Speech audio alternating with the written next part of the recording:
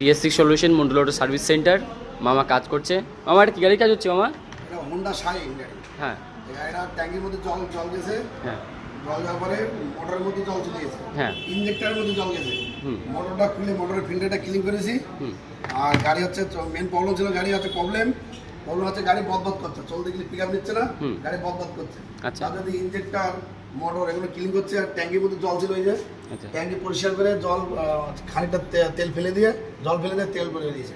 এবার গাড়ি চলতে বদবদ করছে, কাস্টমার বুঝতে পারছে না, তার জন্য নিয়েছে এখন ইঞ্জেক্টরও ক্লিন করছে। এটা ইঞ্জিনটা ক্লিন হচ্ছে তাই তো মামা? হ্যাঁ, injector clean machine injector clean করছে। এই যে দেখো, এই যে দেখো, এইখানে ধরো ইঞ্জেক্টর, এখানে দেখো, এই যে একটু দূরে যাও, হ্যাঁ ইঞ্জেক্টর ক্লিন হচ্ছে, ঠিক আছে?